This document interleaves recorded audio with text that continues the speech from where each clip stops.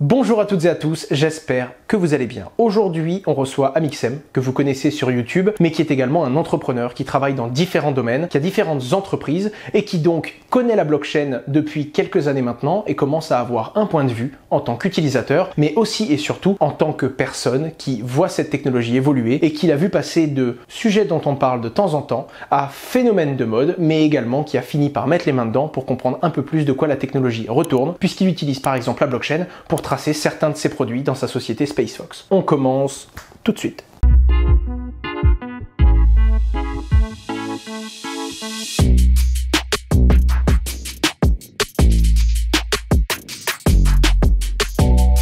On se retrouve en compagnie très particulière de Maxime. Comment vas-tu ? Ça va très bien, on s'est vu depuis 8 h ce matin, en réalité. C'est vrai, on n'avait pas tourné de vidéo depuis presque 3 ans. C'est vrai. Tu m'avais invité. Oui. À l'époque, personne ne me connaissait. On était encore... Enfin, ma chaîne était 10-15 fois moins grosse qu'aujourd'hui. Et tu étais déjà intéressé par la blockchain. Ouais. Je fais un sujet qui s'appelle « Quelle est votre vision de la blockchain ?» Ça permet d'avoir un petit peu la température, parce que c'est vrai que nous, on est tout le temps dedans. Je parle à une communauté, les gens sont tout le temps dedans. Et des fois, on a du mal à prendre le recul. C'est-à-dire réellement, à quel point ça intéresse les gens. Est-ce que c'est utile ? Comment c'est vu de l'extérieur ? Et quelqu'un qui a découvert ça il y a quelques années et qui est un peu bidouillé, quel est son retour du coup sur la technologie? Est-ce que c'est blockchain ou blockchain et crypto? Est-ce que ça a encore une connotation négative pour certains ou pas toujours? Et le but, c'est de poser quelques questions basiques pour avoir finalement ta vision de la blockchain et des crypto-monnaies. C'est parti.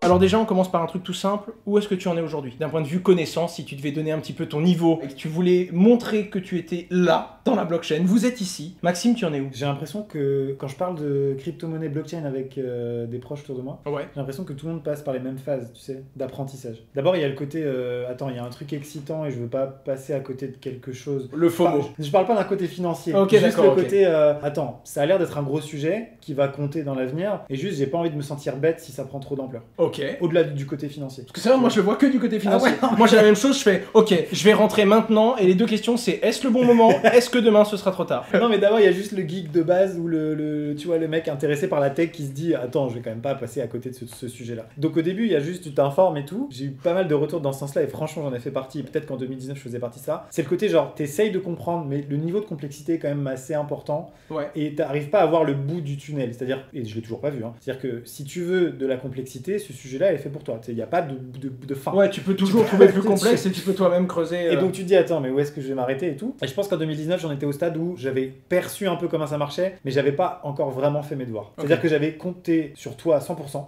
Je me suis dit je vais juste me contenter de Owen, ce sera déjà très bien. Et en fait où j'en suis aujourd'hui, c'est que j'ai fait mes devoirs. C'est-à-dire, je me suis vraiment, sur les 2 dernières années, accordé du temps à comprendre le fondamental, à vraiment aller plus en détail dans la complexité du truc pour vraiment comprendre ce qu'il y a derrière et tout ça. Donc j'en suis plus dans cette phase de tryhard de compréhension. Mais alors, j'ai toujours pas tout compris.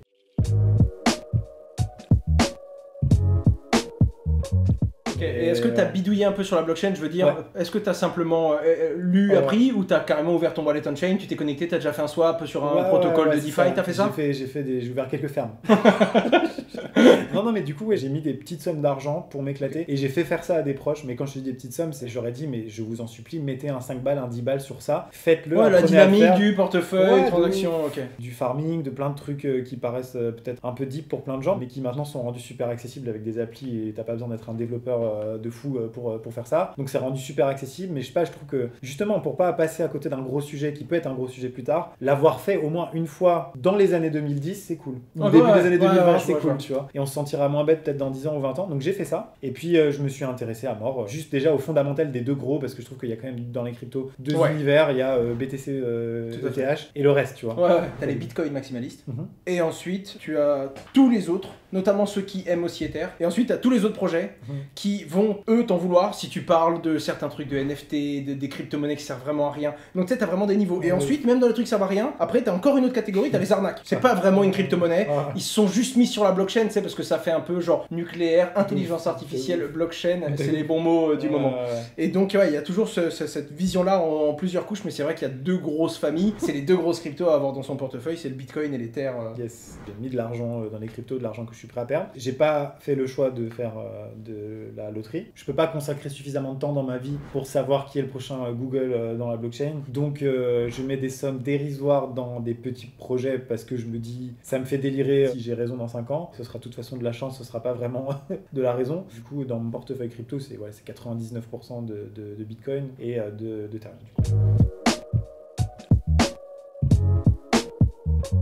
Blockchain, Oui. crypto-monnaie, Oui. NFT, DeFi, tout ça. Est-ce que c'est pour toi un investissement ou une technologie révolutionnaire? Quand je dis technologie, bon, une façon de gérer l'information qui permet de vraies révolutions. Bah en fait, c'est la vidéo qu'on a fait ensemble en 2019. La genèse de ça, c'est je tombe sur le sujet. Alors j'avais entendu parler du Bitcoin en 2015, il y avait un collègue qui m'avait dit d'en acheter. J'avais rien compris, du coup j'en avais pas acheté. Et de toute façon, vu le pouvoir d'achat que j'avais en 2015, ça aurait pas changé grand chose. Ouais, Même si je sais pas combien il était en 2015, mais ça aurait de toute façon pas changé grand chose vu ce que j'étais prêt à mettre. Et toute petite parenthèse, mais à l'époque j'avais tellement un niveau de connaissance zéro que je voyais le prix du Bitcoin et je me dis je n'ai pas cet argent là. Ouais. Je savais pas que c'était divisible donc. Ouais, d'accord, ok.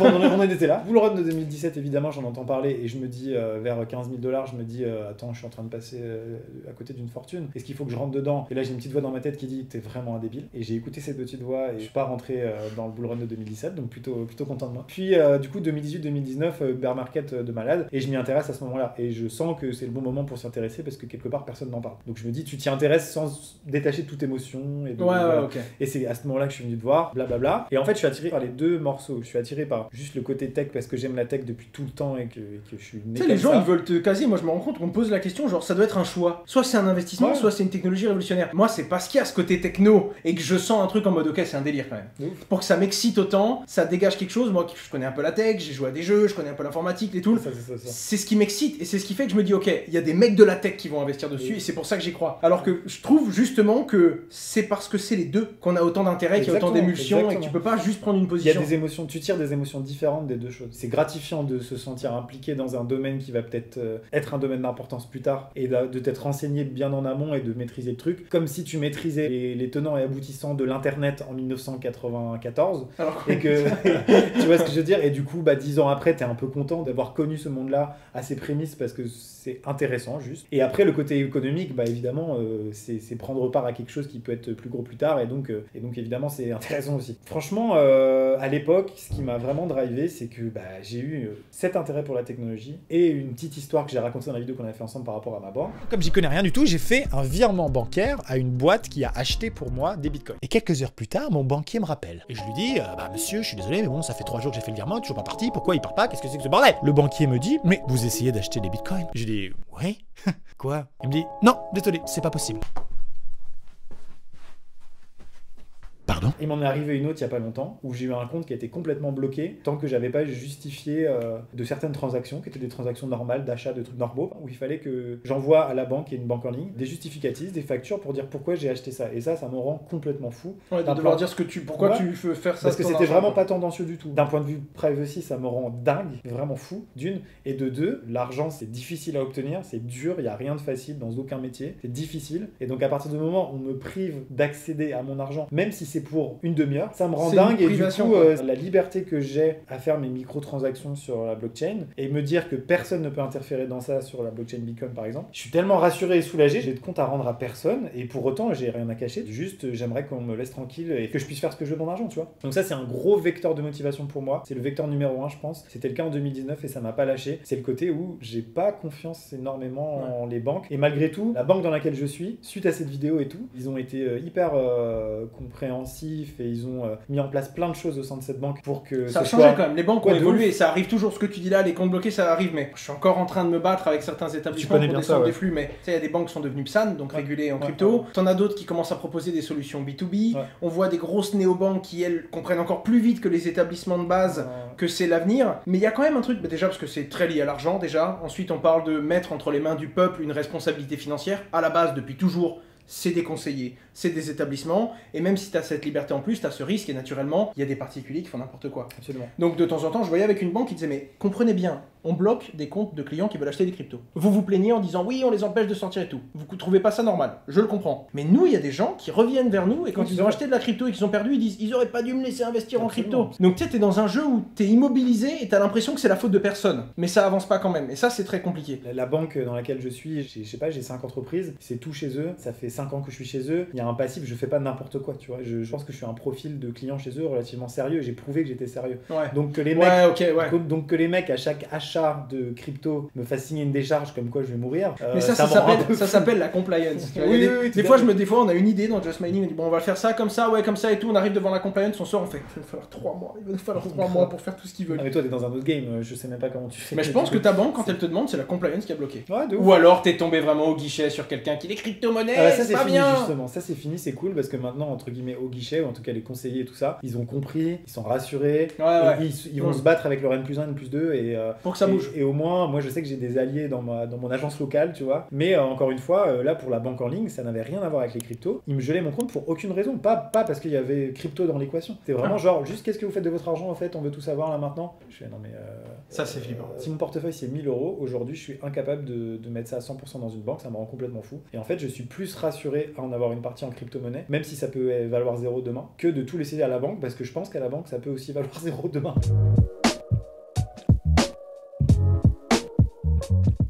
Donc, justement, si ça te rassure de ce côté-là, comment tu vois l'année 2022 en crypto? Un gros écosystème DeFi, DeFi pourtant, l'un des gros exchanges qui était censé être régulé, FTX, ça envoie une connotation négative. Je le vois, j'ai des gens qui ne connaissent pas du tout la crypto, des amis décidés là, ils savent juste que je suis dans le milieu, ils m'appellent, ils font toi ça doit être dur en ce moment. Ils savent rien, j'aurais pas parlé, ça fait 2 ans je l'aurais pas parlé. Ils m'appellent, ils savent c'est pas bien en ce moment, tu vois. C'est les mêmes qui appellent quand ça passe en direct. C'est 67 000, il faut acheter, ou demain ce sera trop tard, c'est les mêmes. J'attends patiemment le prochain cycle. Moi j'y crois, on run, moi j'y crois. Et franchement, s'il a lieu en 2030, qu'il ait lieu en 2030, je souhaite pas, mais ce qu'il faut comprendre, c'est que je ne fais pas de la crypto tous les jours. C'est pas mon métier, c'est pas ma valeur ajoutée, c'est pas ce que je fais de ma vie. Pour moi, FTX et Terra Luna et tout ça, c'est du bruit. Il y en aura d'autres du bruit, il y aura d'autres choses sur le long chemin de l'adoption de la crypto-monnaie dans le monde. Je le vois pas comme un truc dramatique. Je me dis juste, c'est peut-être le moment de plus acheter si j'ai besoin d'acheter plutôt qu'autre chose. Ceci n'est pas un conseil en investissement et je vous rappelle qu'il ne faut jamais investir ce que vous n'êtes pas prêt à perdre. D'ailleurs, je m'en fous d'essayer de trouver les points bas ou les points hauts. J'ai pas le temps, je les raterai de toute façon et donc je suis plus en mode DCA finalement. Complètement DCA et en mode je suis heureux que mon prix lycée sur le TH par exemple, et même si je suis dans le négatif, je suis heureux de le faire descendre. Ouais, je vois ce que tu veux dire. À chaque fois tu rajoutes psychologique où tu trouves du positif même quand t'es dans le rouge. Puis voilà, et puis s'il y a un prochain cycle, ce serait super. Mon argent aura bien travaillé et puis sinon, c'est ciao. Et puis c'est tout, on passera à autre chose.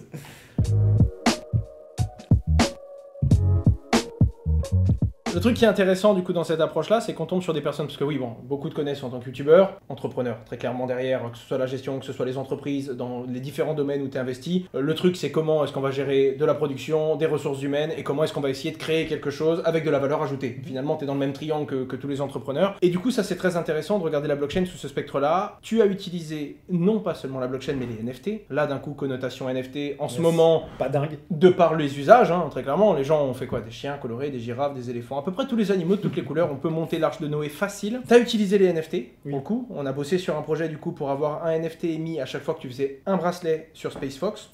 Pour le coup, on vous teasera le bracelet, on vous montrera à l'écran parce que c'est pas n'importe quelle pierre. Quel est ton retour du coup sur cet usage? Je vais rappeler en une petite minute qu'est-ce que sont les bracelets, comment ça marche, et pour finir, un truc croustillant, il y en aura d'autres, il y aura du NFT. Est-ce que ces NFT ont vocation un jour à avoir un prix? Pourquoi? Quand? Comment? Leak, on veut du leak. Ok, déjà je suis content parce que quand on a pensé à ce projet de NFT, on était en plein bull run et pleine hype de NFT. Quand je t'ai appelé par rapport à ça, je voulais être sûr que c'est un usage du NFT qui est pas spéculatif, avec un vrai truc qui utilise le fondamental du NFT et pas un truc pour faire de la revente et un truc chelou, tu vois, je voulais pas ça. En plus, je me doutais qu'à un moment donné, ça allait retomber. Et en fait, je suis trop fier parce que l'utilisation des NFT qu'on en fait avec les bracelets SpaceFox, c'est vraiment un truc ultra utile. Je rappelle très vite, donc c'est des bracelets qui comportent des morceaux de météorites. Ces morceaux de météorites, c'est en fait des morceaux de la Lune et de Mars, donc c'est littéralement des morceaux de Mars et de la Lune qui sont arrivés sur la Terre par le biais de la nature suite à des impacts météoroïtiques. Allez, merci, finissez ce mot sans moi.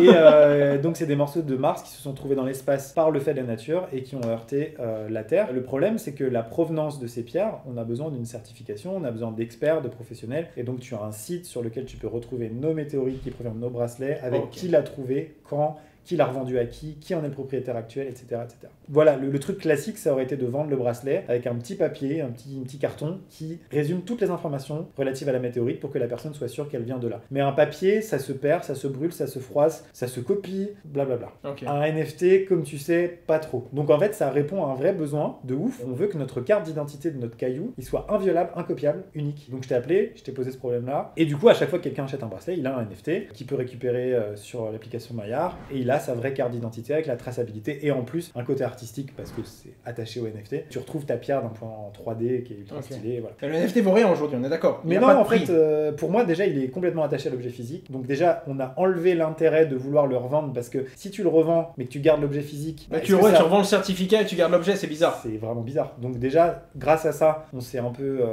dédouané du côté spéculation. Pour autant les gens pourraient le faire s'ils ont envie, mais voilà.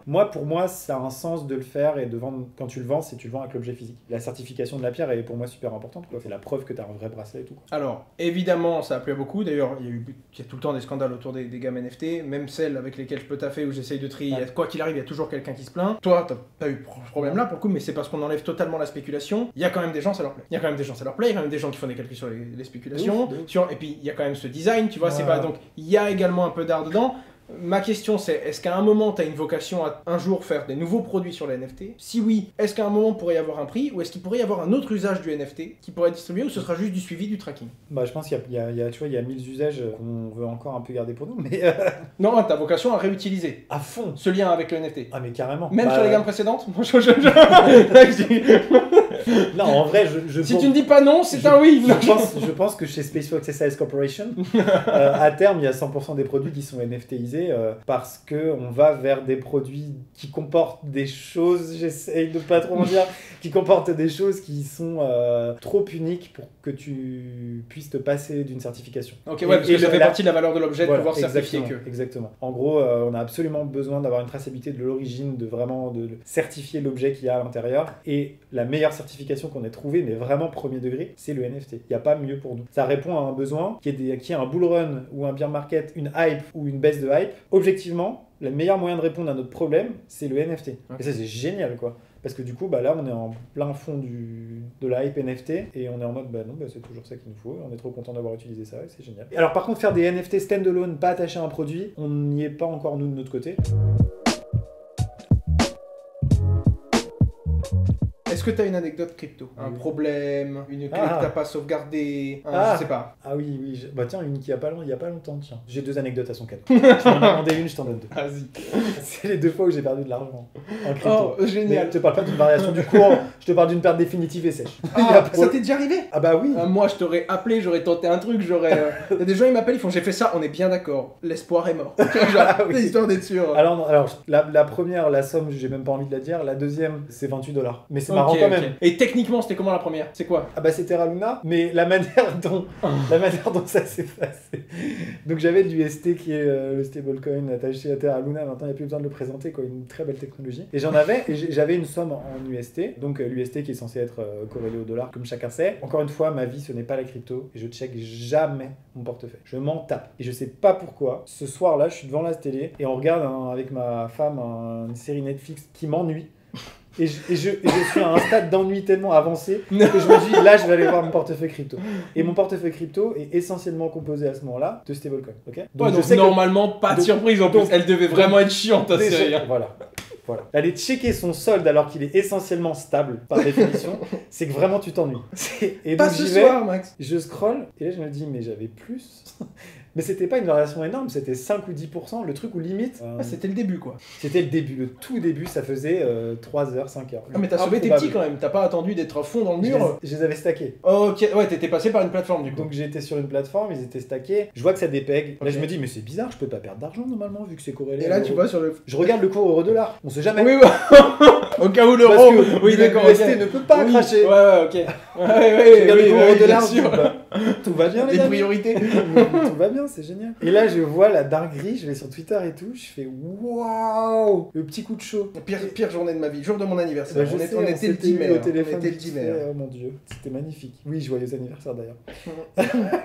Donc là, je décide d'enlever du stacking pour pouvoir avoir accès à mes fonds. Et pendant les 10-12 heures qui ont suivi, ça a beaucoup fluctué. Il y a des moments où c'est quand même bien remonté. Et du coup, à 9h le matin, quand j'ai enfin accès à mes fonds parce qu'ils sont déstackés, bah, je me dis, bon, bah là, il y a moins 10% ou moins 20%, j'en sais rien. J'accepte la perte parce que je le sens pas du tout. Par contre, t'as été costaud parce que cascade d'engagement. Hein. Là, ton corps te dit non, tu restes avec un peu de chance, ça remonte. Là, t'as plein de signaux qui sont très durs, l'espoir, ce que t'as envie, chaud.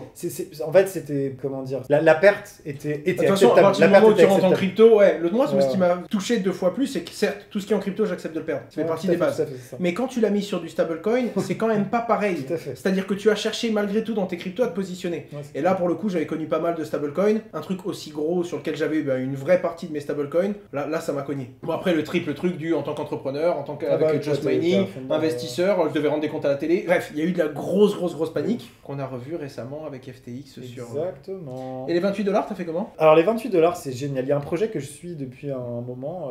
Ça fait partie des trucs loterie, là, tu vois. Sur lesquels vraiment je peux mettre des dizaines d'euros, centaines max. C'est loterie, c'est un projet que je suis. J'aime bien les humains qu'il y a derrière. Et ça me fait délirer. Et je mets la piécette. C'était un projet, je vais pas citer, tu vois. Et du coup, donc je suis ce projet sur Twitter et tout, et je sais qu'ils vont bientôt sortir leur token. Et je tombe sur un tweet qui dit bah ça y est, genre token dispo, connectez votre MetaMask. Je fais what? Ok, et donc je suis que eux sur Twitter, donc ils sont certifs, tout va bien. Et donc je clique, je connecte mon MetaMask, je fais ok, genre c'est eux, je connais le projet par cœur. Confiance maximale, j'ai cliqué sur le tweet certifié, c'est bon? Connecter MetaMask, oui, c'est bon, vas-y. En fait, ça me vide mon MetaMask, il y avait $28 dessus. Mais attends, je l'aurais jamais fait pour des sommes. Quel miracle! Mais je l'aurais jamais fait pour des miracles. Oui, alors je suis d'accord avec toi. Par contre, t'es à un tel niveau de truc où, quand t'es vraiment persuadé et que t'es bluffé par le truc, suivant.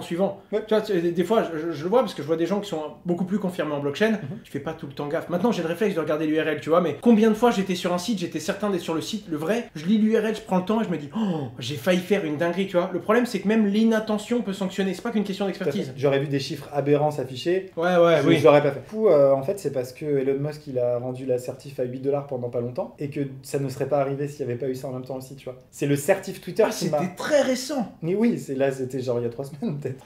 Tu vois. Et donc, ça fait beaucoup de facteurs.